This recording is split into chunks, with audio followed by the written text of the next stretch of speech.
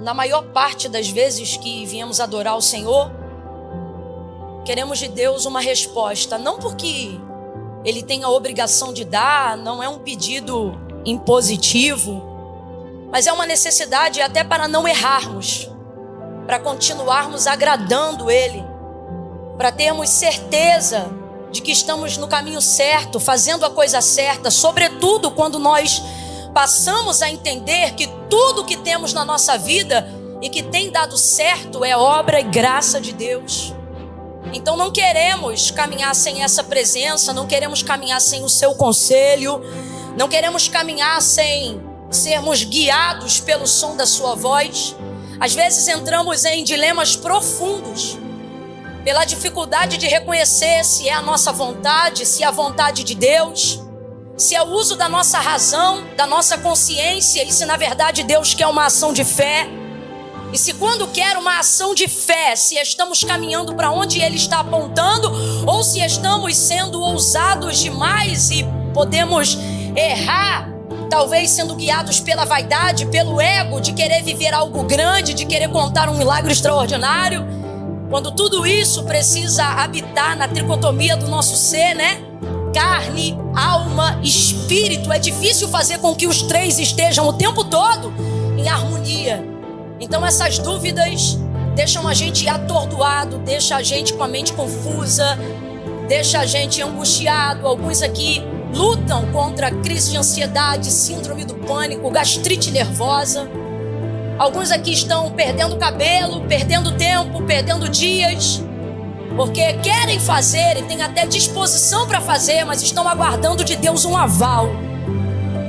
E não que seja bom estarmos paralisados, mas melhor do que tomar um caminho errado é decidir andar para onde Deus quer.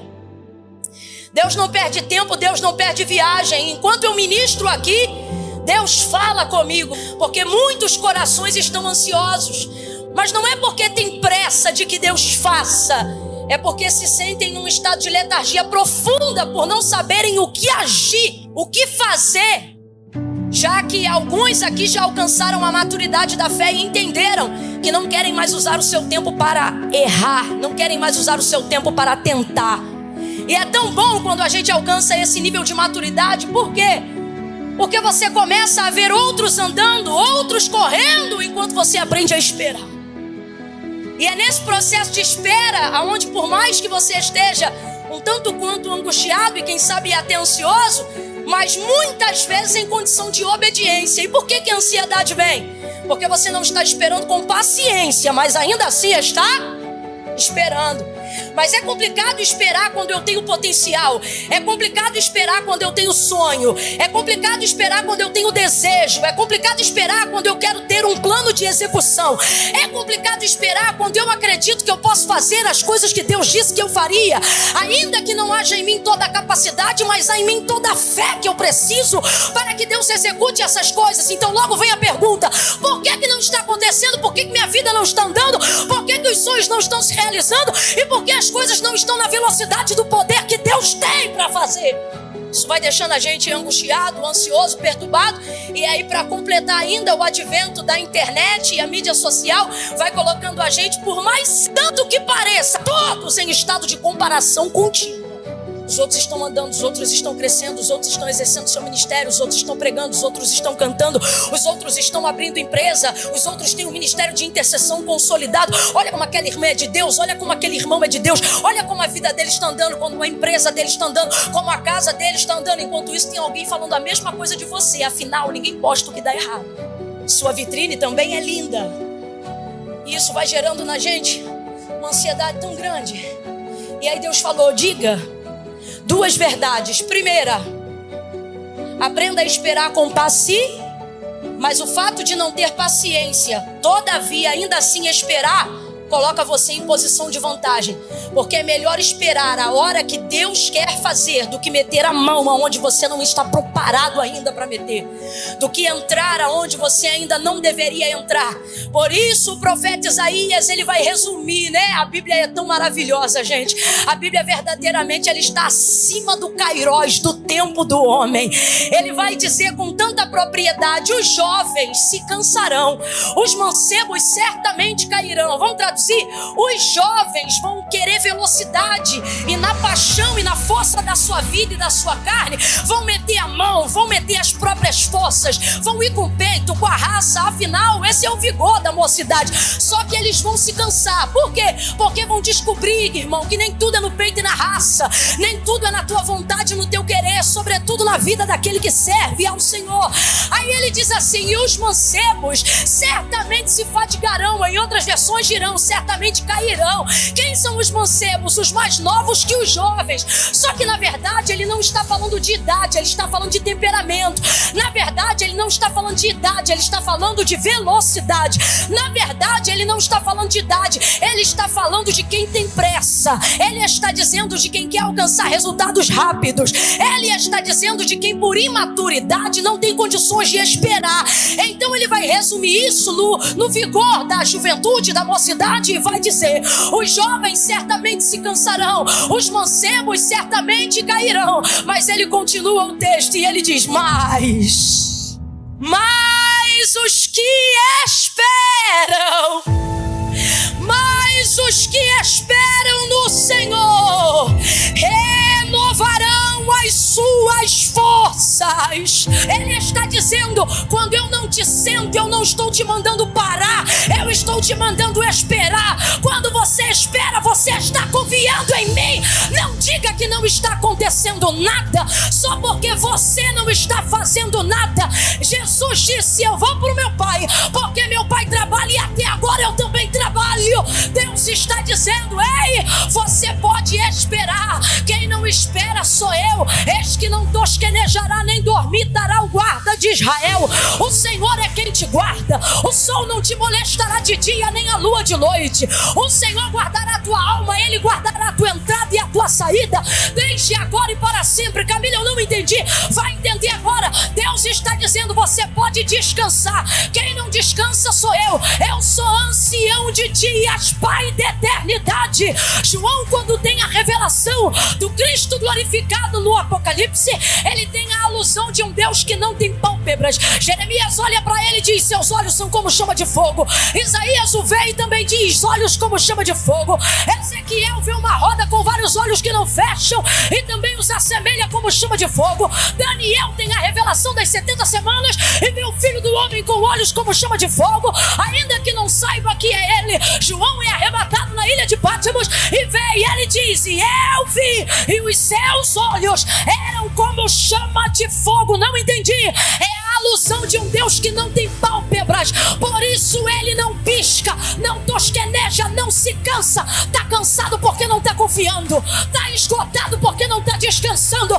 Deus está dizendo: eu cumpro o meu plantão direitinho. É você que não está entendendo a necessidade de esperar. É você que não está entendendo que esperar e não fazer nada não é a mesma coisa. Veja uma pessoa parada no ponto de ônibus. Ela está sem fazer nada? Provavelmente está indo para o trabalho, está voltando para a escola, sei lá, para algum lugar. Ela tem destino, ponto de partida e de chegada. Só que quando você vê, ela está ali parada. A impressão que você tem é que ela não está fazendo, mas ela está. Bota ela na hora errada para ver se ela pega o ônibus. O que é momento de espera? É aguardar a hora para não perder o propósito, o ônibus, o destino, o caminho, a vocação, o que Deus te confiou. Ocupe o seu lugar.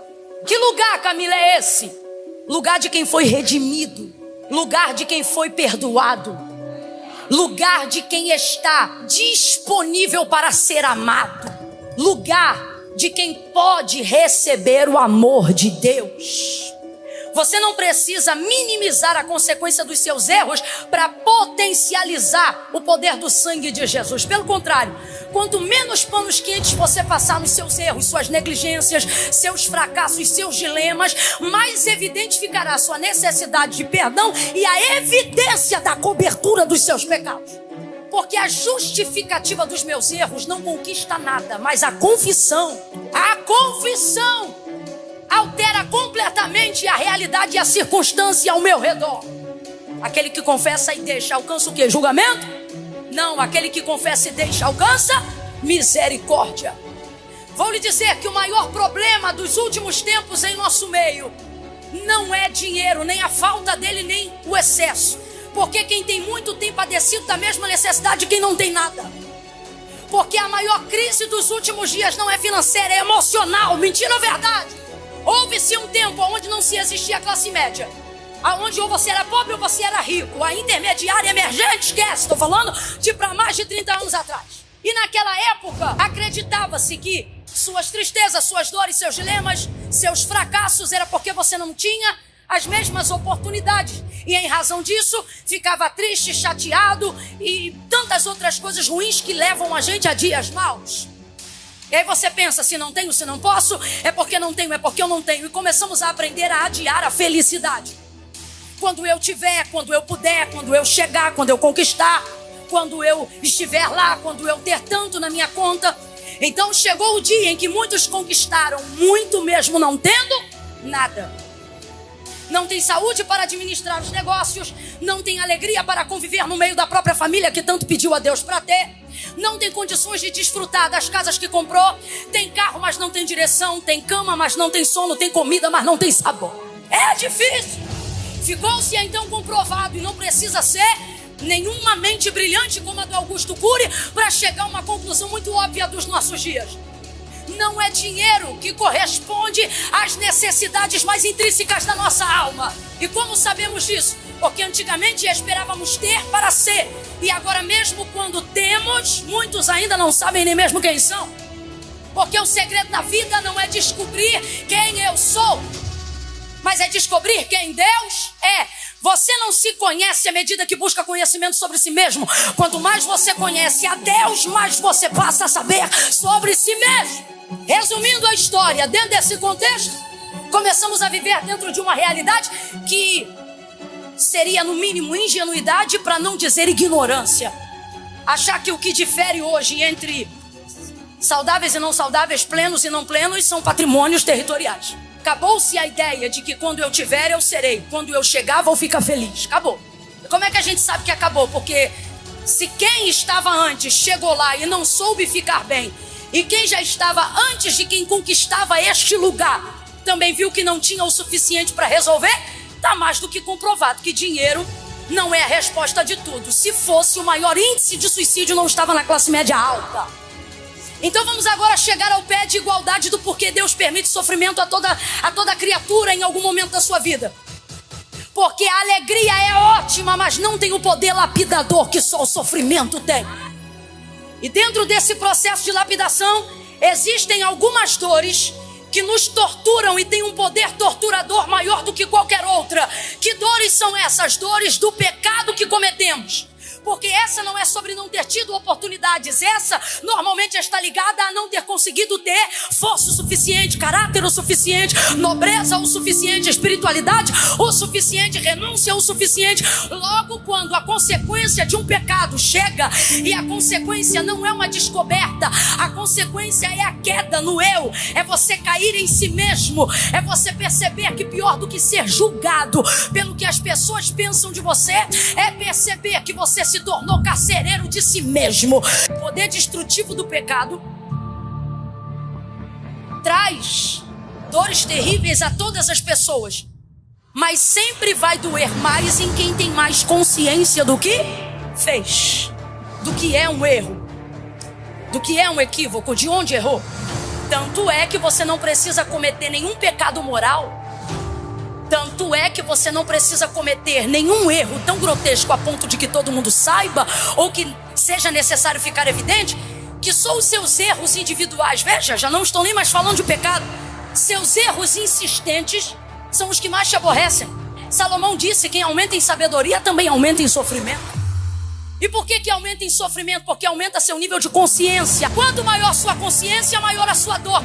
Mas eu não quero que pare de doer, porque se eu parar de sentir dor de tudo, perco o nível de consciência e de maturidade que estou tendo. É isso que vai polindo o meu caráter, a minha nobreza. É isso que vai polindo o meu templo. Esses erros já são suficientes para nos castigarem. A quem eu falo agora? A crentes que desejam ser puros, santos, mas que estão sendo castigados por ciclos repetitivos de erros, dos quais você diz: Jesus, me tira dessa negligência, me tira dessa falta de vida devocional. Jesus, me leva de volta para o lugar da oração. Então, quando você vai amadurecendo, te corrói a ideia de saber de que você poderia estar mais perto de Deus, mas não está, não porque Deus não quer te entregar algo, não porque Deus não quer estar com você, mas porque você tem sido cada dia mais ineficiente, cada dia mais incapaz. No início você era tão dedicado. No início o seu maior pecado era a vaidade da sua própria santidade, de tanto que você queria se santificar. Dê o nome que quiser: cansaço, burnout, exaustão, esgotamento, depressão. Sempre vai ter um nome. O problema é que, independente da causa, não muda o efeito. Qual? Estar triste por não me sentir mais tão próximo quanto antes e automaticamente tão amado quanto antes, tão perdoado quanto antes, tão crente quanto antes, tão cheio quanto antes. E a maturidade que você adquiriu nesse período de sofrimento, cansaço, exaustão, erro, seja lá o que for, não rouba de você a necessidade de continuar tentando. Porque quem já foi àquele lugar pode até não estar nele, mas não fica em paz para ficar distante dele. Interessante que o seu medo não é do escuro, não é do diabo. Seu medo, de um tempo para cá, é de até quando Deus vai tolerar esse seu comportamento. Até quando a paciência de Deus vai se estender com você.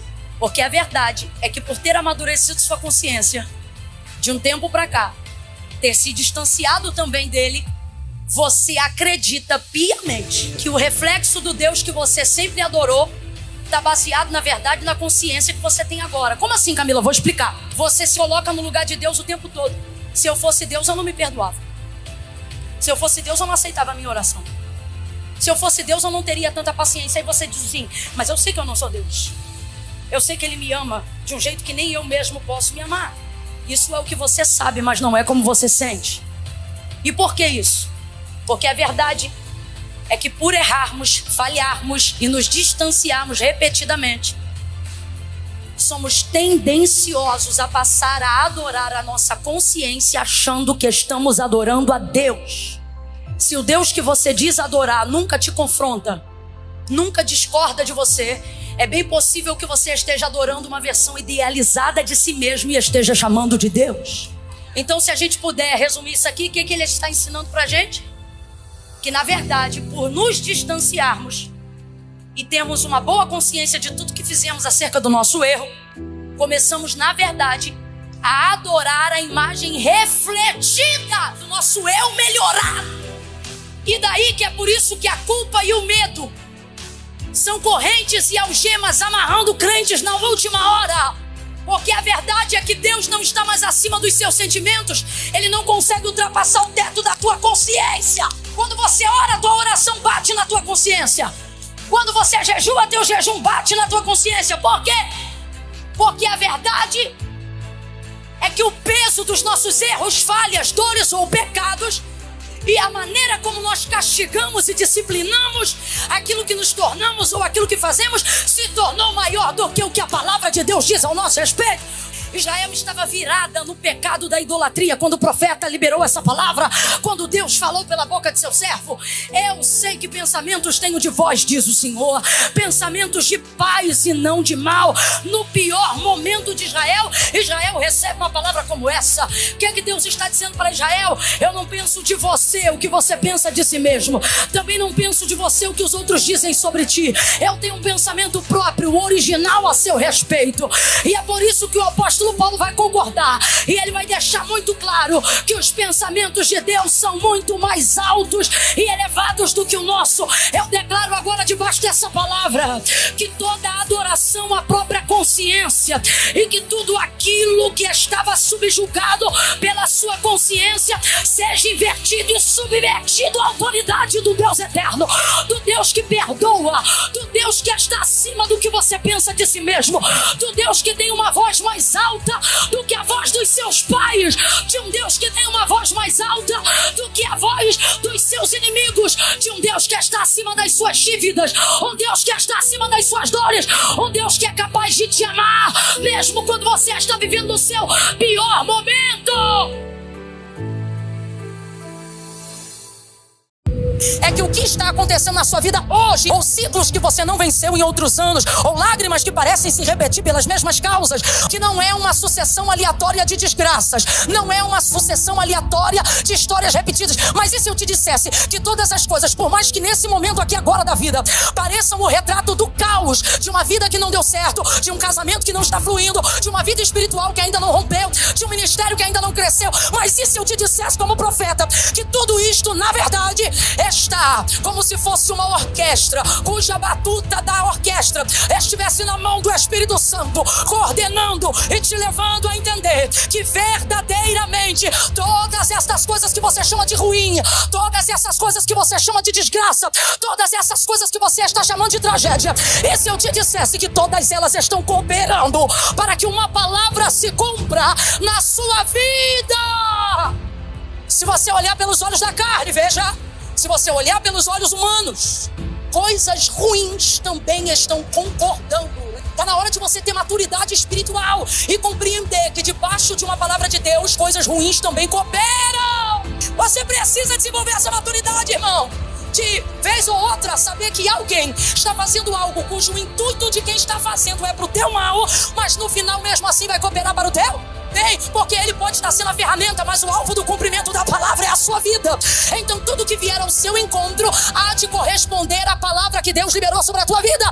Agora, Camila, quem terá tal maturidade? Quem terá tal discernimento? Aqueles que tiverem maior consciência de qual palavra eles estão. Se você não sabe que palavra está sobre a sua vida, tudo que está acontecendo no espiritual você vai levar para o pessoal. Tudo que está acontecendo de ruim você vai chamar de tragédia. Deus está dizendo, se aproxime da palavra e você vai entender o que está acontecendo. Se aproxime da promessa e você vai colocar em ordem o que parece que está fora do lugar. Para muitos vai parecer guerra, mas para você haverá compreensão de que todas as coisas contribuem juntamente para o bem. Para o bem. Eu estou sentindo uma autoridade de Deus tão grande aqui. Deus está dizendo que nestes dias vai te fazer amadurecer em um mês o que tu não amadureceu em um ano. Tu vai te aproximar da palavra de tal maneira que o que fizerem contra você vai cooperar pro teu bem. Eu tô falando de gente que vai printar coisa no WhatsApp pra dizer, olha o que estão falando de você. E outrora você ia dizer, vai lá e manda dizer que eu sou crente, mas não sou otário não. Vai lá e manda dizer que eu vou mostrar pra ele com quantos pães faz uma canoa. Isso antes, mas agora no discernimento você vai dizer, manda um beijo pra ele e diga que eu agradeço, porque todas as coisas contribuem. Quanto de compreensão da palavra que eu te liberei você tem? Ao ponto de dizer que está sendo perseguido? Ou ao ponto de dizer que até o mal está trabalhando em seu favor? A palavra de Deus te dá poder para associar-se à segunda opção. Quando disserem, olha o que estão fazendo contra você, não diga é meu inimigo. Na mente, guarde, meu funcionário. É funcionário. Consciente ou não, está trabalhando em teu favor. E detalhe, você não está pagando nada. Trabalho é de graça. Eu não estou pagando nada. É a palavra de Deus se cumprindo. É a palavra de Deus cumprindo os saldos do crédito que ela me garante. Você acredita que os soldados que estão crucificando Jesus têm consciência do que eles estão fazendo para o bem do cumprimento da palavra? Claro que não. Para eles o controle está na mão deles, sim ou não? Está na hora de você entender que para a palavra de Deus se cumprir, o controle sai da sua mão, mas não sai da mão de Deus. Deixa rolar. Deus trouxe gente hoje aqui para dizer, deixa rolar. Deixa o soldado achar que é ele que está arrebentando a boca do balão. Deixa essa língua de trapo achar que é ela que está te difamando. Deixa essa história mentirosa achar que o desfecho vai ser como alguém queria. Deixa esse adversário achar que no final é você que fecha a nota fiscal e perde o CNPJ. Deus está dizendo, tu estás debaixo da minha palavra, então veja a minha palavra se cumprir mesmo quando você não tiver controle sobre ela. Primeiro eles fazem. Quando você está debaixo de uma palavra, primeiro eles fazem. Quem, Camila? Os funcionários. Eu disse os inimigos. Eu disse quem? Limpa a sua visão. Você vai receber alguns prints aí talvez essa semana. Olha o que disseram. Você vai falar o quê? Você tem que dizer, diz que eu mandei um abraço. Estão trabalhando direitinho. Porque primeiro eles fazem, mas tem uma hora que eu também faço. E essa é a hora mais difícil. Se você acha que é ruim quando eles fazem, espere só chegar a sua hora de você fazer. Por quê? O mal que é oferecido a nós nunca depende da nossa permissão para aceitação. O mal que nos é oferecido, entregue ou imposto nunca depende da nossa aceitação. Não depende. Quando você ouve uma palavra que te fere, você pode até não guardar ela, mas ela não passa por você sem fazer estrago nenhum. É muito raro. É muito raro. Você pode não guardar, mas quando vê, já chateou, já entristeceu. Pode não continuar, mas faz um estrago. Uma enfermidade não manda um telegrama dizendo, tô chegando, posso entrar? Não, você faz o exame, a desgraçada tá lá do nada. Sem avisar, sem mandar notícia. Poucas pessoas conseguem ter tanta intimidade com Deus ao ponto de ver que aquilo que de mal lhes acontecem também devem dar glória a Deus. São raras. A maioria imediatamente aponta o mal para o... Porque de fato ele tem seu crédito. E porque a gente tem o ledo engano de achar que Deus só está sob controle daquilo que é. Sabe o que Deus está dizendo? Eu não estou só sob o controle do que você vê. Eu não estou só sob o controle do que você domina. Eu não estou só sob o controle do que você espera. Sobre o que você não espera, eu também tenho o controle. Sobre o que você não projetou, o controle também é meu. Sobre o que você acha que é ruim, que está acontecendo na sua vida, meu também é o governo. Do Senhor é a terra, a sua plenitude, o mundo e aqueles que nele habitam. Há uma carga profética poderosa aqui. Deus está dizendo, coloca de uma vez por todas na sua cabeça. Se eu sou o teu Senhor, o mal que lhe sobrevier, não dê crédito ao diabo. Faça como Jó, porque aquele que é de Deus, o maligno não toca. Aquele que é de Deus, o maligno não toca. Está na hora de você entender isso. Amadurece para discernir a palavra. Deus está dizendo, você fala comigo, você se reporta a mim. Quer responsabilizar alguém? Entre juízo comigo. Para de dar crédito ao diabo, porque ele se fortalece nisso. Ele vê o seu reconhecimento. Quer fazer na sua história o que Jó fez na história dele? Só dê a ele o primeiro capítulo. Por quê? Porque depois da sua adoração ele não tem mais o que dizer. Depois da sua adoração ele não tem mais espaço na sua história. Meu Deus. Agora Jesus vai ter que fazer alguma coisa. Porque quando eu estou debaixo de uma palavra, primeiro eles fazem. E depois eu faço. E essa parte é difícil. É fazer o que Jó fez. É entender que o que eu tenho de Deus sobre mim também depende de mim. Não porque Deus precisa de mim, mas porque Deus decidiu não fazer sem mim. Não porque precisa de mim, mas porque o seu prazer é fazer comigo. Só que Jesus é o verbo, Jesus é a palavra. Quem tem a palavra tem defesa mesmo quando não pode se defender. Oh meu Deus, Deus está dizendo a alguém, cumpre a minha palavra que a minha palavra guarda você. Cumpre a minha palavra que a minha palavra protege você. Ela vai te defender quando você não puder se defender. Debaixo da palavra você aguenta o processo. Debaixo da palavra você discerne o caos. E aonde todo mundo diz é inimigo, você diz é funcionário e está cooperando para o meu bem. Debaixo da palavra você tem o poder de acelerar os seus processos. Deus está dizendo, se sabes o que eu te prometi, também tens poder para encerrar ciclos. Acelere o seu processo e faça o que está em seu poder fazer. Mas saiba, quando não puder fazer mais nada, se tiver vivido para cumprir a minha palavra viverá sobre ti até depois da sua morte. Quantas vezes percebemos que de um tempo para cá, muito mais da nossa atenção e da nossa energia vem sendo dedicado ou dedicada para conquistarmos coisas pessoais na nossa vida. Há um clamor incógnito, sutil, dentro da nossa alma, de dar uma resposta para a sociedade de que nós somos bem-sucedidos e queremos usar o nosso sucesso pessoal para a glória de Deus, a fim de que tudo que pedimos para que Deus faça em nós, Deus faça para a glória dele, mas queremos que ele faça questão de que essa glória se manifeste em cima do sucesso que eu quero ter. Deus, me enriqueça para a glória do teu nome, me dê saúde para a glória do teu nome. me favoreça para a glória do teu nome, para que te conheçam através do meu sucesso ministerial, sucesso patrimonial. A realidade é que, infelizmente, a sociedade e o mundo que nós vivemos trabalha em cima de nós, pressionando o tempo todo que nós venhamos dar uma resposta, porque renunciamos isto ou aquilo, porque desejamos viver uma vida de santidade, porque abrimos mão de todo e qualquer pecado, e de pronto a nossa resposta é por amor a Deus.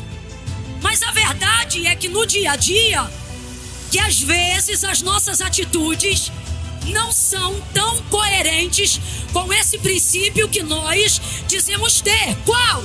De que tudo que temos, tudo que possuímos e tudo que desejamos ter é para que quando alguém pergunte ou para que quando alguém veja, possamos dizer: foi Deus que fez.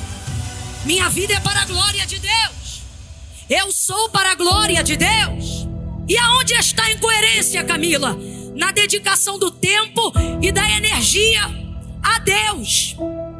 Começamos a dedicar mais tempo, mais energia para o resultado e não para o processo devocional. Miramos um alvo, queremos a realização daquilo e então oramos a Deus e dizemos: Senhor, abençoe aquilo que eu quero. Abençoe a casa que eu quero ter. Abençoe o carro que eu quero ter. Abençoe a família que eu quero construir.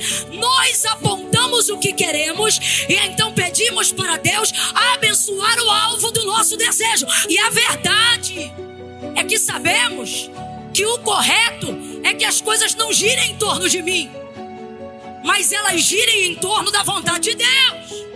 Então logo o ideal não seria eu escolher o que eu quero e pedir para Deus abençoar, mas seria eu orar para que Deus dissesse para mim o que Ele quer e então eu trabalhasse em cima do desejo dEle, da realização dEle, do que levanta o nome dEle, do que faz Ele conhecido e não eu, do que faz Ele afamado e não eu, do que faz Ele sorrir e não eu, do que faz Ele ser reconhecido e não eu.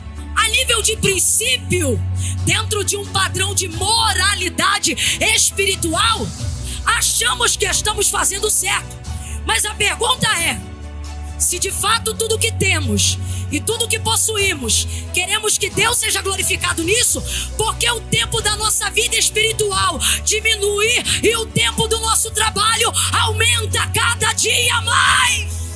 Porque a devocional é de 15 minutos e o home office é de 15 horas.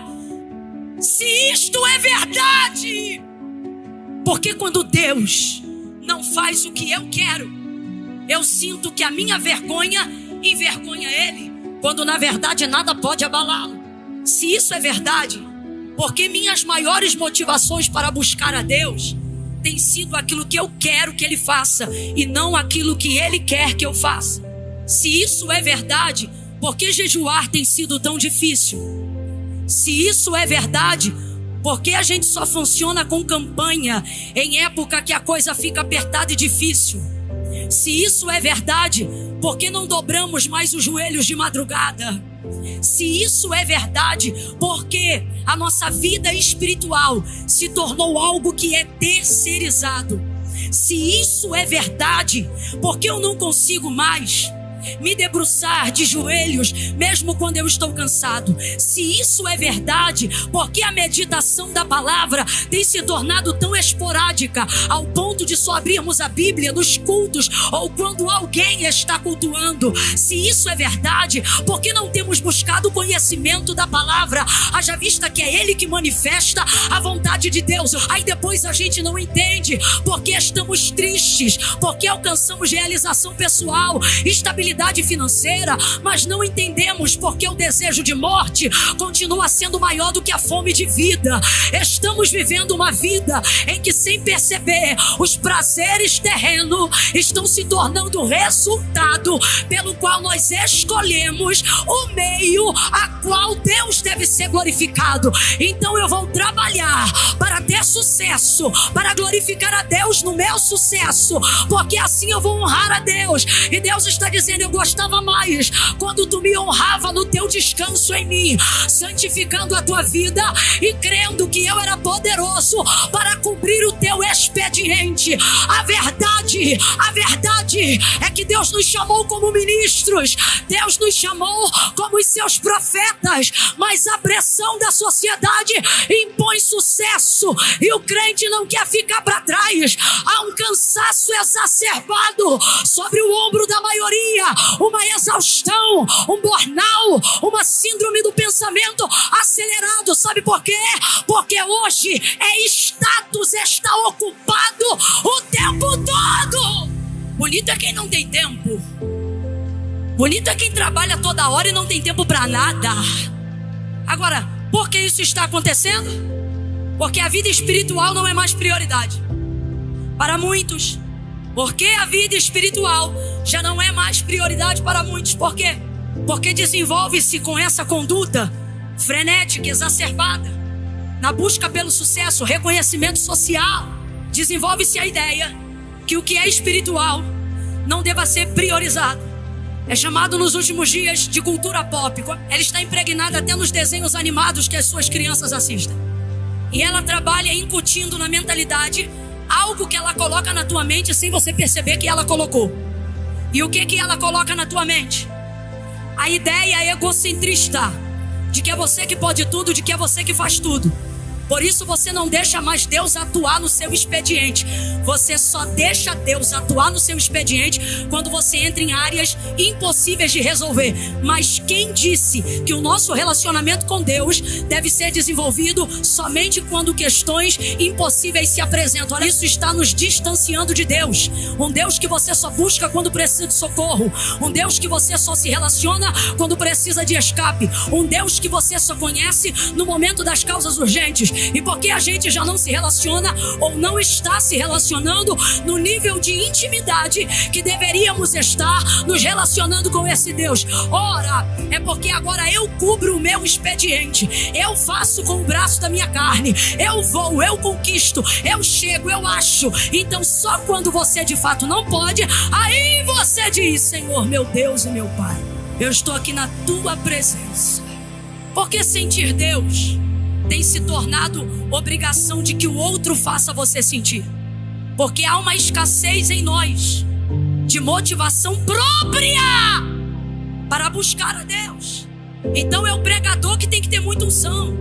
É o cantor que tem que dormir no azeite.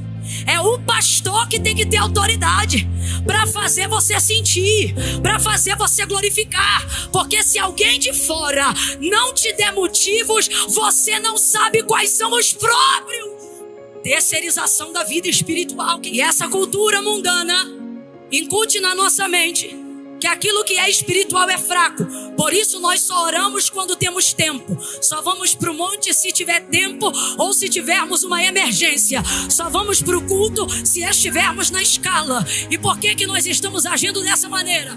Porque com o passar dos anos foi se incutindo na nossa mentalidade que aquilo que é espiritual é fraco. Isso foi incutido na nossa mentalidade desde os desenhos, desde os filmes que mostravam um mundo espiritual com fantasmas que não conseguiam segurar nada, porque eles eram espírito. Lembra? Eles não têm autoridade sólida e atravessavam paredes. E isso era colocado na minha mente e na sua. Isso é um exemplo pífio que eu estou dando, mas só para você entender. Foi colocando-se na nossa mentalidade a ideia de que a carne vem primeiro, que o corpo vem primeiro, que o que é visto tem mais importância, que aquilo que eu posso tocar, aquilo que eu posso segurar é mais forte, é mais sólido. Mas essa não é a verdade.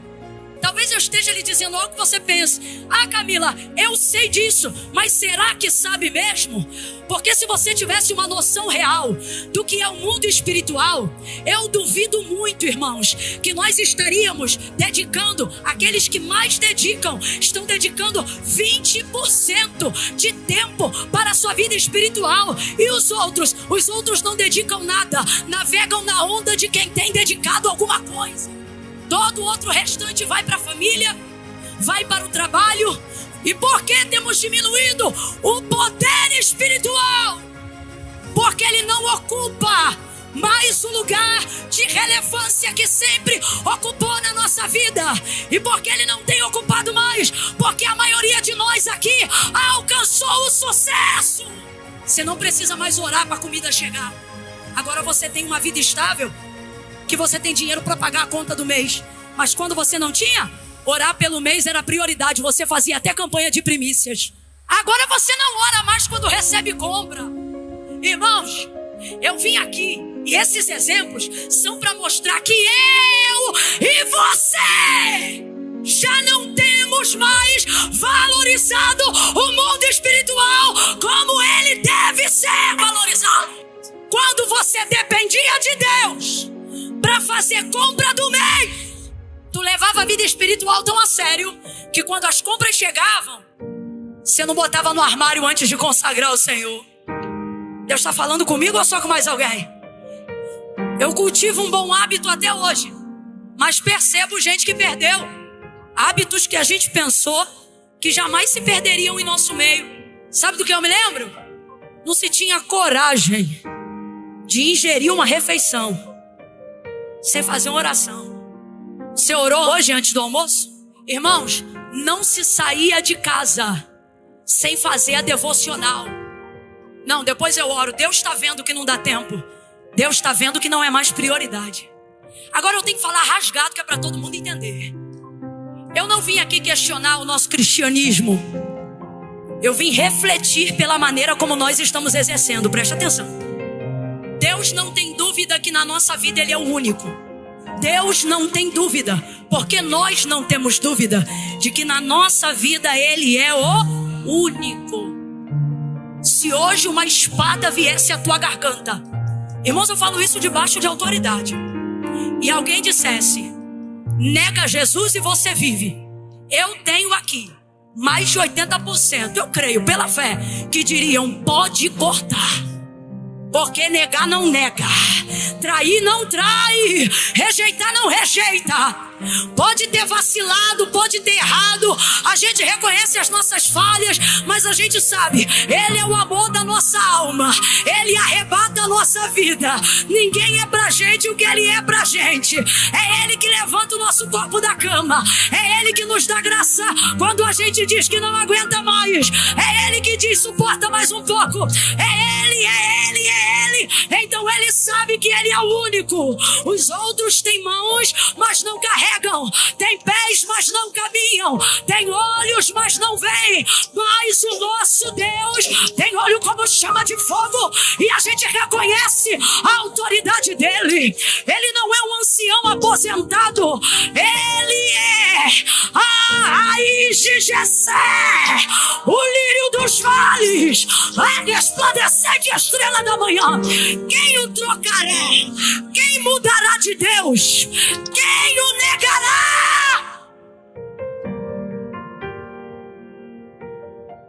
Você não precisa de tudo que acha que precisa para chegar no lugar que Deus determinou, no lugar que Deus disse que você chegaria. Às vezes a gente pensa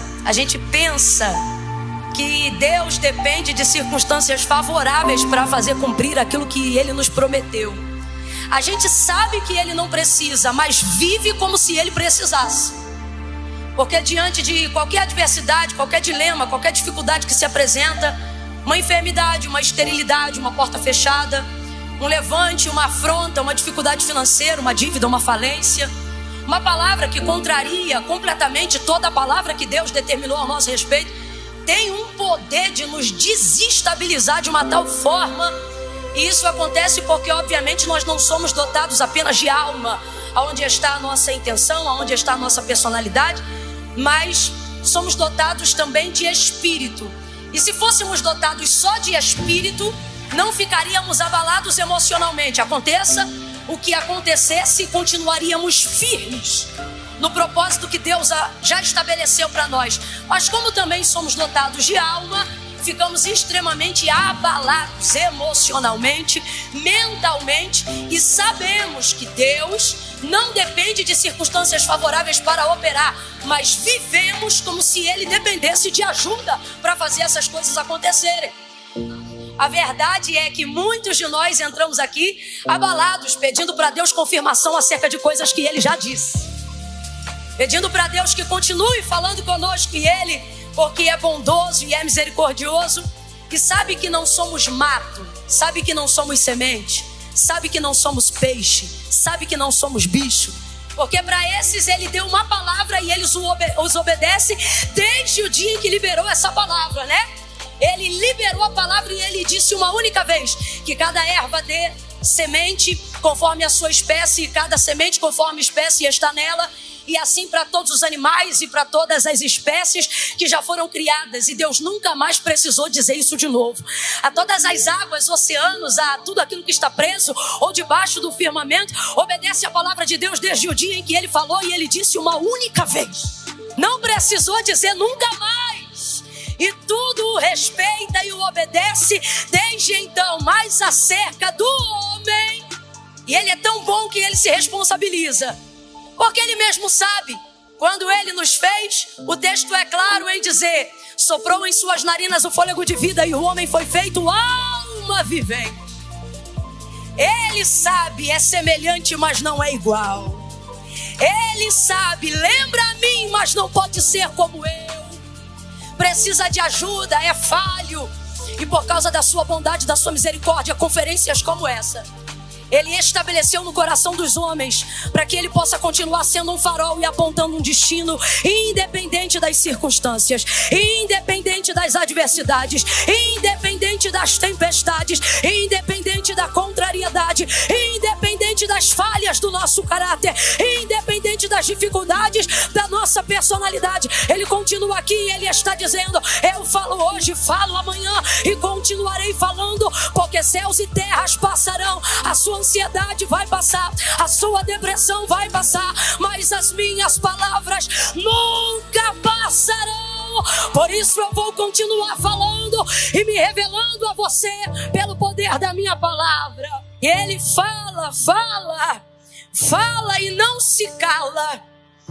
Quando Deus criou todas as coisas que existem e que estão diante dos nossos olhos, visto que tudo obedeceu ao ouvir a sua voz, dava até a impressão de que Ele não precisava falar nunca mais. Se o mar, que é muito maior do que tudo que você carrega dentro de você, obedeceu a sua voz desde que tudo foi criado, por que seria tão difícil para você obedecer? E é por isso que o salmista vai salmodiar e ele vai colocar o homem no pináculo da criação, quando messianicamente ele o compara ao Messias. E ele diz: pouco menor do que os anjos o fizeste, mas de glória o vestiste e o coroaste. Tem muitas coisas que Deus ama no mundo, mas nada compete com você. Nada. E você pode não acreditar nisso, e isso não muda essa verdade. Você pode não sentir isso agora, e isso não muda essa verdade. Você pode não estar se sentindo amado aqui agora, e isso não muda essa verdade. E essa verdade não é uma história, é uma pessoa. E ela é uma realidade. Esteja você sentindo isso ou não agora, você é o pináculo da criação de Deus, aquilo que Ele fez e que Ele mais ama e amou. E Ele é tão generoso que depois de criar todas as coisas e fazer então o homem, nunca mais Ele parou de trabalhar, percebeu? Eu fico tão triste quando eu vejo um crente podendo pedir para Deus o que ele quiser, e ele diz assim: eu não tenho coragem de pedir. Eu fico tão triste, porque se tem uma coisa que dá prazer em Deus é trabalhar. Veja, Ele criou rios, oceanos, mares, tudo que existe, tudo que há, e ao sétimo dia, não porque tinha necessidade, mas para estabelecer para nós um princípio. O texto diz que no sétimo dia Ele descansou, parou para admirar a sua obra, a sua criação. Só que depois de haver feito o homem, Deus nunca mais descansou. E eu não estou falando do sábado, eu estou falando de expediente. Nunca mais, e não sou eu que estou dizendo isso para te agradar, para fazer você se sentir amado, não. Como eu já disse, isso é uma verdade irrefutável, acredite você nela ou não. Nunca mais Deus criou baleia e descansou. Deus criou tudo que existe e há, e conseguiu, abre aspas, descansar, fecha aspas. Mas depois que criou você, nunca mais Deus descansou. Por que o profeta Isaías, quando menciona, não ele, mas o próprio Deus, falando na primeira pessoa na boca do profeta, quando ele diz assim, olha, porque desde a antiguidade, por que ele não diz desde a eternidade? Mesmo sendo filha dele, porque ele é pai da eternidade, ele estabeleceu um tempo para contar a eternidade, porque ele consegue ser maior do que a eternidade e está fora do que tudo que pode ser contado. Mas ainda assim, é impressionante, porque o texto poderia dizer desde sempre. Porque Deus existe desde quando? Desde que você passou a conhecê-lo? Não, desde sempre. Então poderia dizer assim, porque desde sempre, mas não diz desde sempre. Veja o texto do profeta Isaías, porque desde a antiguidade. Antiguidade e eternidade são iguais, gente? Não, eternidade é desde sempre. Antigamente é desde um ponto. Muito antigo, mais um ponto. Ok? E olha o que ele diz, porque desde a antiguidade, nem com o ouvido se ouviu, e nem com o olho se viu, um Deus que trabalha para aqueles que precisam.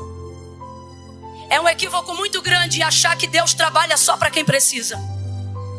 Na verdade, é um erro enorme acreditar que você não deve pedir porque não merece, ou porque não precisa tanto quanto alguém que está precisando agora, seja na África, na Ásia, na Oceania. É um erro absurdo acreditar que o tempo de Deus não pode ser todo ele preenchido, porque vai faltar alguém atender se ele atender você. Você está pensando que você está lidando com quem? Talvez por uma inserção da própria cultura, de onde nós viemos, paulatinamente sendo instruídos a acreditarmos em obras feitas por mãos de homens. Talvez tenhamos a dificuldade de acreditar num Deus que tenha um expediente incansável. E quando lemos o texto dizendo o ancião de dias, começamos a pensar que adoramos um velhinho. Veja isso. Deus não trabalha para quem precisa. É por isso que muita gente que já precisou muito, hoje odeia o Deus que um dia disse adorá-lo.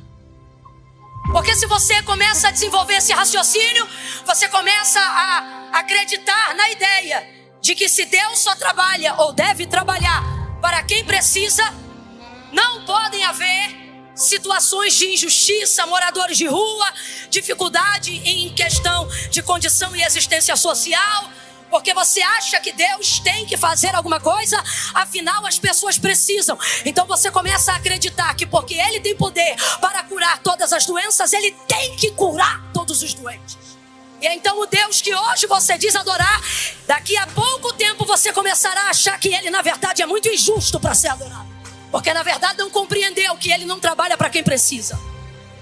Ele trabalha para quem? E o que é espera? Expectativa. O que é espera? Manifestação da fé de quem interessa.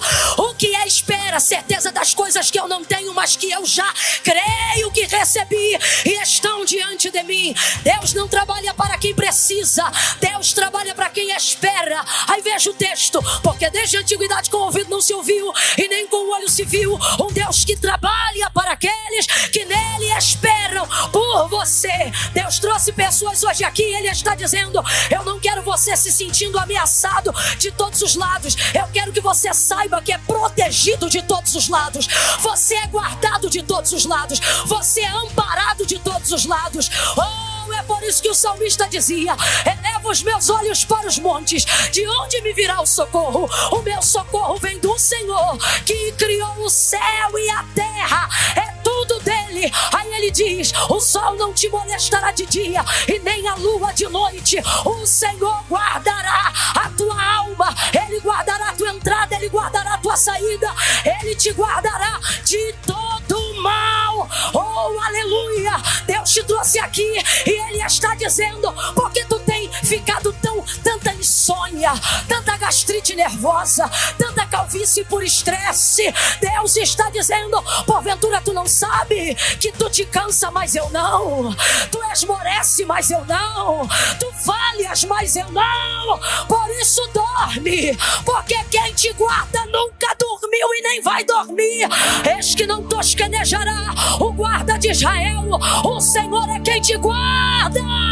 Vai ver, você já serviu um Deus o qual você teve que trabalhar muito por Ele, teve que preparar casa para Ele, oferta para Ele, direção para Ele, caminho para Ele.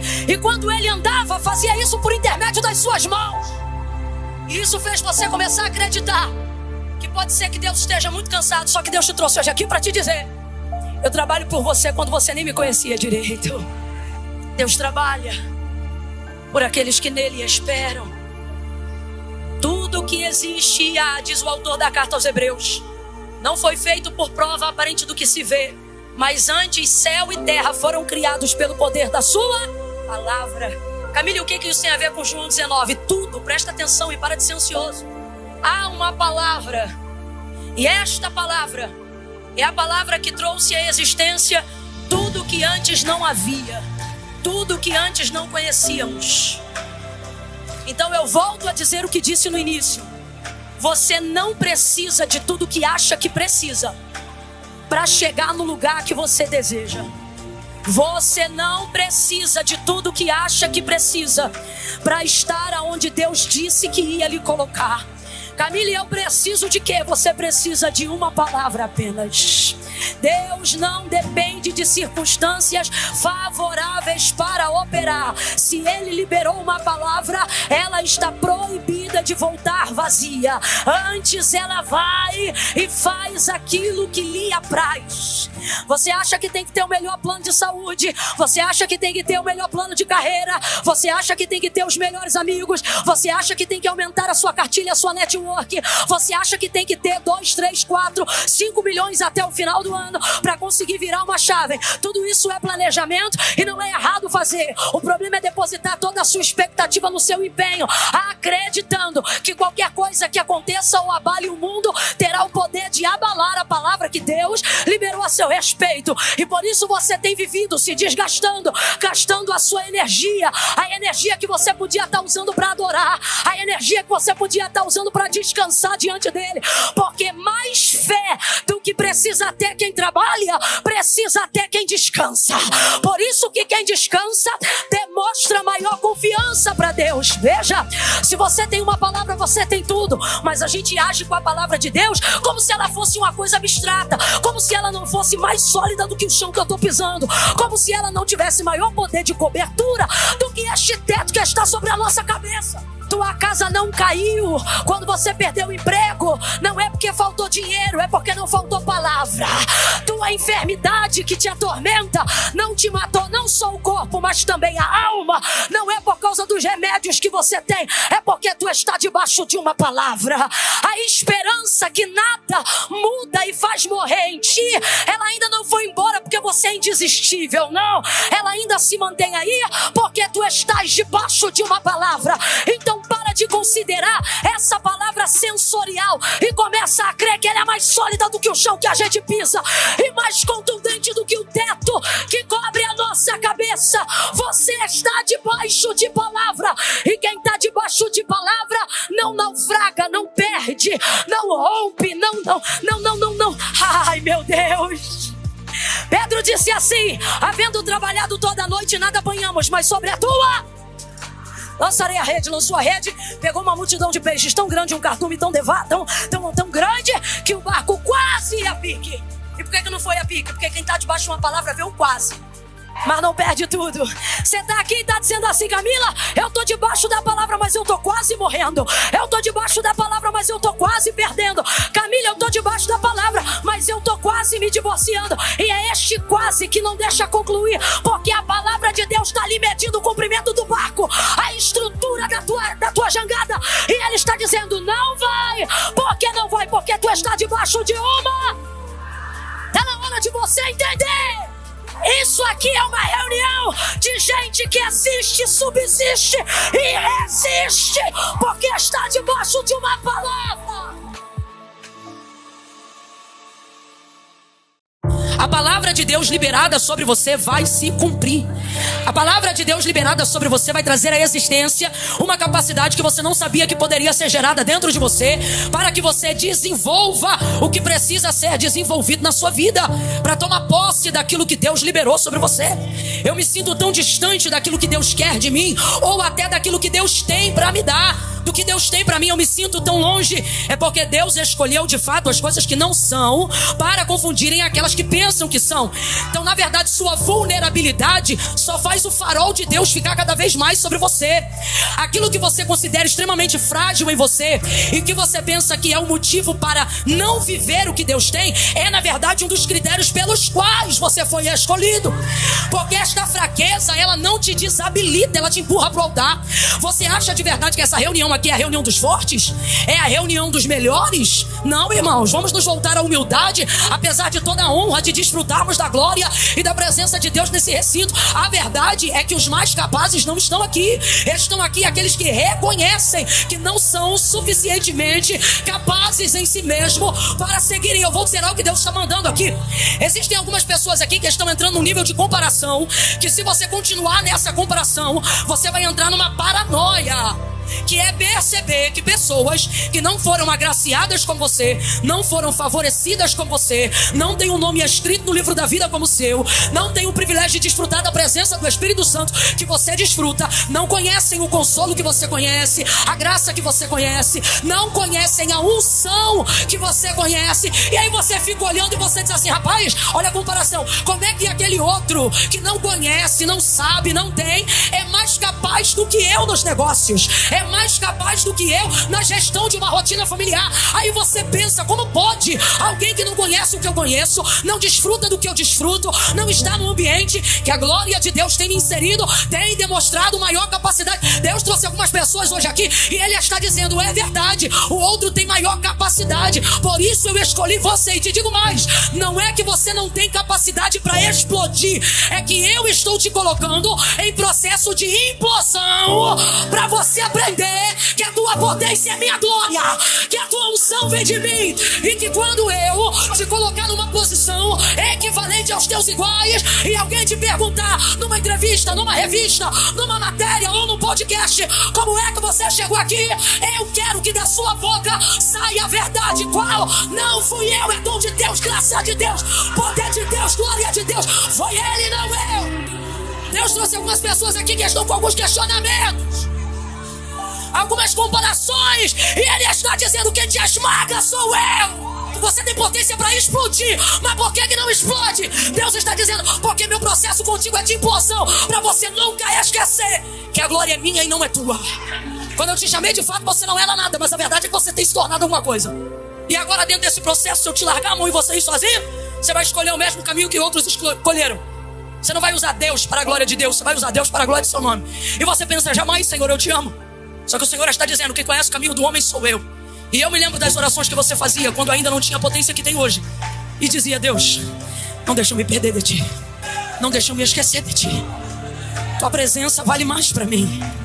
Agora, passar por esse processo esgaça muito. E não esgaça só o emocional, não, neuroses e etc, não, esgaça tudo.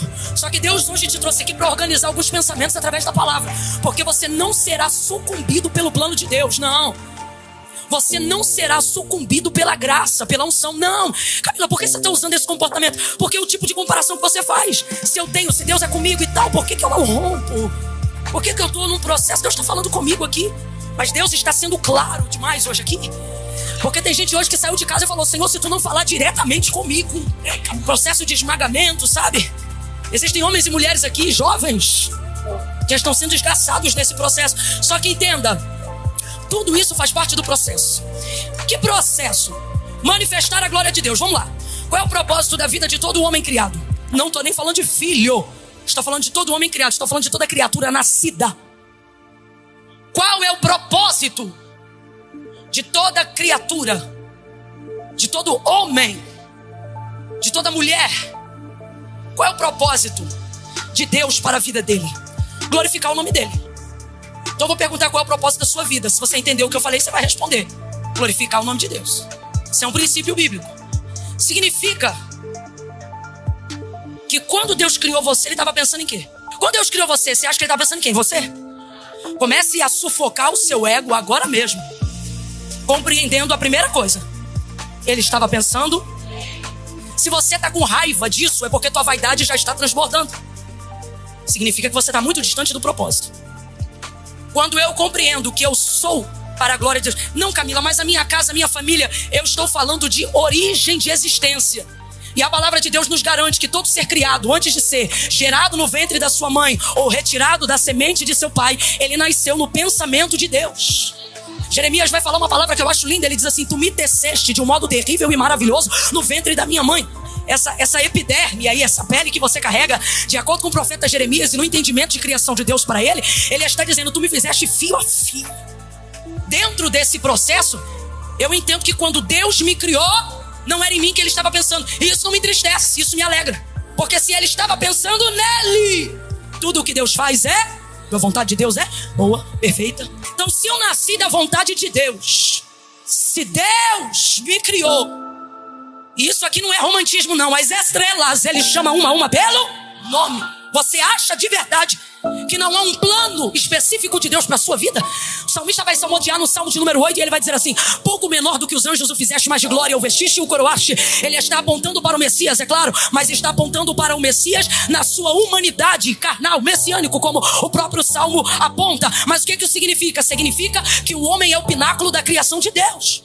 Então, se as estrelas Ele chama pelo nome, se toda a criação Ele delegou uma ordem, Ele cuida ao homem muito mais. Até porque se assim não fosse, e quando eu falo homem, falo de gênero humano, até porque se assim não fosse, depois de haver criado todas as coisas, Ele não teria dado o governo delas ao homem. Ele traz o homem para esta terra e Ele diz: tudo está aqui, governe sobre todas as coisas.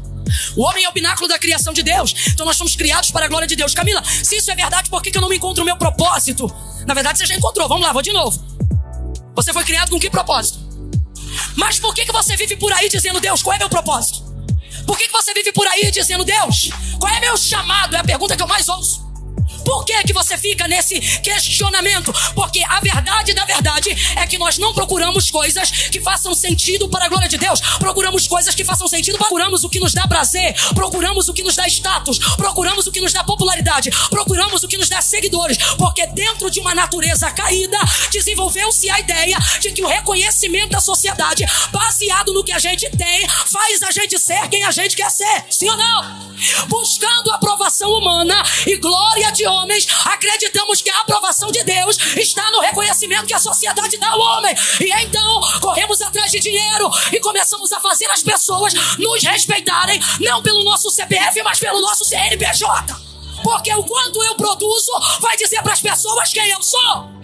Quanto mais eu produzo, mais respeito eu tenho. Quanto mais utilidade eu expresso, não para a obra de Deus, mas para o reconhecimento alheio, mais importante eu me sinto. E mais eu produzo, e mais eu produzo, e mais eu produzo, e mais eu produzo, e mais eu produzo. E não pense você que quem está fora da eclésia, da igreja e do reino de Deus está fora dessa tentação, porque não está, não. Pelo contrário, são as mentes mais cauterizadas que vão caindo na ideia do ativismo religioso de que fazer sobre a justificativa que é para Deus te aproxima de Deus. Quando na verdade muitos conhecem Ele, mas não são conhecidos dele. Gente, naquele dia Jesus vai dizer: muitos virão, muitos. Ele disse: vão vir para mim, vão dizer: em teu nome eu expulsei demônios. Em teu nome eu curei. É ímpio que faz isso? Quem é que usa o nome de Jesus para curar? Fala a verdade, diga: somos nós. Somos nós. Quem é que usa o nome de Jesus para expulsar demônios? Só que o que ele vai dizer para essas pessoas? Apartai de mim, malditos, porque eu nunca vos conheci. Vocês me conheciam, vocês trabalhavam no uso do meu nome, mas eu nunca conheci vocês. Então veja, caminhamos então nessa ideia, sem perceber. E os que se acham mais crentes do que os outros são os que mais estão vivendo essa verdade, porque eles pensam que o mundo não tem poder de afetá-los. Eles pensam que a rede social não tem poder de afetá-los. Mas olhe para cá, todos nós estamos, cada um até certo ponto, afetados sim. Por isso a oração de Jesus é: eu lhe peço que não os tire do mundo, mas que os guarde no mundo. No mundo. Porque vai ser difícil, mas Ele também nos dá esperança. Ele diz: eu venci o mundo. Então começamos a cultivar a ideia de que se formos grandes, E de que se tivermos todo o status, e a maioria normalmente pensa, e se tivermos todo o dinheiro que precisamos ter, vamos conquistar toda a alegria que queremos. E agendamos a nossa felicidade para quando conquistarmos coisas. Sendo que nós somos pessoas. E pessoas não se saciam de coisas. E uma das maiores provas de que a resposta não está em buscar coisas que façam sentido para nós, mas coisas que façam sentido para Deus. Mesmo quando nós não estamos confortáveis fazendo essas coisas, a maior prova é que o maior índice de suicídio está na classe média alta. O maior índice, isso aqui é um dado estatístico, eu não estou inventando. Por que lá? Porque lá estão as pessoas que agendaram, na maioria das vezes, ok? A felicidade. Eu não estou generalizando, mas normalmente, quem constrói aquilo que deseja ser, baseado no que tem, quando tem tudo o que queria ser, ainda descobre que não se tornou quem gostaria de ser. E é nessa hora que, vendo que não há mais nada para conquistar, a vida perde completamente o significado. Mesmo tendo seguidores, mesmo tendo arroba, mesmo tendo patrocínio. Eu estou falando a linguagem do século XXI para todo mundo entender. Mesmo tendo o reconhecimento do povo, mesmo tendo o apoio da massa, nada disso é suficiente. E por que não? Porque estamos numa busca desenfreada daquilo que faça sentido para nós, alinhando a nossa visão com o que o mundo pede. E sem perceber, não nos tornamos mais pessoas, mas algoritmos sociais. E baseado nessa expectativa, vemos que não damos conta, porque é muita grandeza para quem é barro. É muita grandeza para quem é pó, porque você pensa que vai fazer cumprir a promessa que Deus te fez. Você pensa que é seu esforço. Você pensa que é o seu dinamismo que vai fazer cumprir a palavra que Deus tem sobre a sua vida. E eu não estou pregando para o mundo, eu estou pregando para a igreja. Porque o mundo não aguarda o cumprimento de uma promessa. E é por isso que na ascendência de escala social, eles conseguem subir vertiginosamente mais rápido que nós. Porque eles não estão debaixo de uma palavra. Mas nós, aguardando o cumprimento de uma palavra, pensamos em preparar todo o cenário que deveria estar pautado na obediência e na capacidade de Deus, e não nossa. Haja vista que não fomos escolhidos por aquilo que fazemos, mas justamente por quem não somos. Esquecemos-nos disso e começamos a achar que já somos o suficiente para darmos uma ajudinha para o que Deus falou. E então começa a trabalhar mais, e começa a fazer tudo mais, e começa a faltar ceia para dobrar o plantão, e começa isso, e começa aquilo, e começa assim, e começa assado. E você vai ficando desgastado. Agora, eu trago de Deus aqui uma palavra.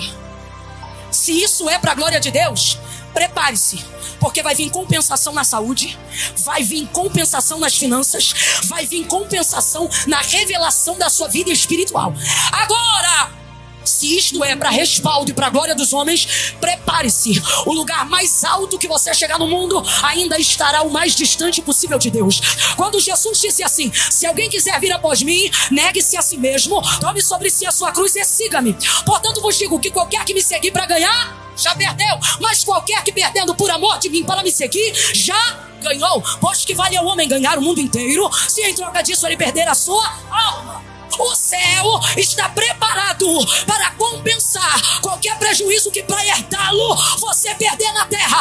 Mas a terra não está preparada para compensar o prejuízo de perder o céu. Deus está renovando as nossas mentes. Deus está renovando o nosso espírito. Sofrimento é treinamento, mas para a glória dos homens. Para a glória dos homens. Status, prestígio é lápide para sepultura. Deus está dizendo: eu vim para te dar vida, vida com abundância, vida com plenitude. E a única maneira de você acessar isso é fazendo para a glória de Deus. Pregue para a glória de Deus, cante para a glória de Deus, ore para a glória de Deus, ame para a glória de Deus, invista para a glória de Deus, dirija para a glória de Deus, abrace para a glória de Deus, forme família para a glória de Deus, sustente o casamento para a glória de Deus. É para a glória de Deus, é para a glória de Deus. Senão não vai fazer sentido, não vai fazer sentido. Não espere nada melhorar para orar. Ore apesar de tudo. Não espere sentir vontade de orar para ter uma vida de oração. Comece sem vontade mesmo. Não espere ficar mais santo para sentir que só então agora você pode orar. Não. Ore mesmo sabendo que você nunca será digno o suficiente. Não espere o sentimento de culpa passar para orar. Ore mesmo que você se sinta culpado. Não espere ficar livre da depressão para orar. Ore deprimido. Não espere resolver todos os problemas primeiro para poder falar com Deus depois. Ore em meio aos problemas. Não espere um sinal para orar. Ore mesmo que nada lhe diga que você deve orar. Não se conquista uma vida de oração com sentimento, gente. O reino do céu é tomado à força. Sentimento não conquista autoridade. Disposição, disciplina faz com que você ocupe um lugar de devoção a Deus. E eu quero ministrar sobre a sua vida é que existem travessias ou travessias que você só vai ser capaz de realizar depois de orar. Não é porque você não tem dinheiro que não está conseguindo. Não é porque você não dispõe de toda a saúde que você gostaria que você não está conseguindo. E a verdade é que você não precisa de metade das coisas que acha que precisa se orasse. E falamos sobre tantas coisas nas nossas vidas. Somos articulados, desenrolados, bem resolvidos para falar dos temas que nos atormentam. Afinal, fazem parte do cotidiano da nossa vida. A gente não tem dificuldade de mandar um áudio falando sobre os nossos problemas. Se alguém perguntar quais eles são, podemos enumerá-los. A gente não tem dificuldade para falar quanto a gente deve. Não temos dificuldade para perceber quais áreas da nossa vida não estão andando. A maioria de nós que estamos aqui tem maturidade para admitir que boa parte daquilo que mais te atormenta na tua vida não tem a ver com ações externas, mas tem a ver com questões internas, de coisas que você sabe que deveria fazer e não faz. E a oração é uma delas. E nada tem te incomodado mais nos últimos dias do que você mesmo. Então falamos sobre isso e graças a Deus também não temos dificuldade de falar e de confessar a nossa culpa e a nossa negligência do nosso estado de calamidade. A maioria daqueles que estão aqui buscando a Deus não estão buscando necessariamente por dinheiro, casa, carro, fortuna ou reconhecimento. Estão buscando aquilo que todo ser humano busca, o quê? Um lugar de estabilidade. Agora eu te pergunto, como alcançar estabilidade sem Cristo, gente? Como desenvolver paz longe do lugar da oração? Falar de Deus não é a mesma coisa do que falar com Deus. Falamos de Deus, falamos para as pessoas dos nossos problemas, falamos para as pessoas do Deus que nós servimos. Ah, Deus sabe disso, Deus sabe daquilo, Deus conhece meu coração. E o Senhor está dizendo, ok, você fala de mim, mas não fala comigo.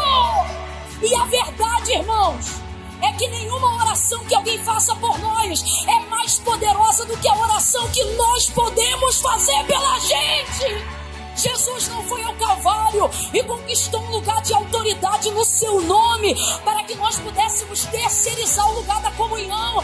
Ele está dizendo, eu não quero você se tornando refém de quem ora, eu quero você se tornando libertador de quem não ora, através da oração. Mas o Senhor está dizendo, lâmpada para os meus pés, disse o salmista, luz para o meu caminho é a tua palavra. O Senhor está dizendo, ore a minha palavra. Ao invés de falar de mim, fale comigo.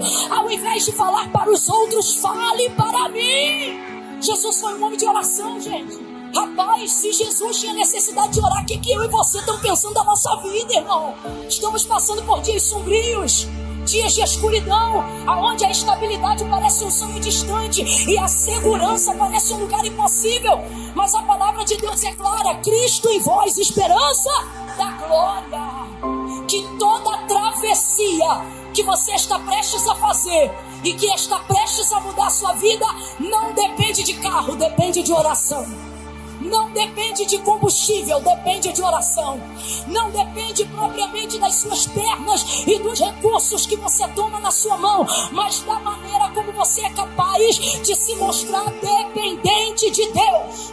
Coloque diante de Deus aí agora qual é a causa impossível.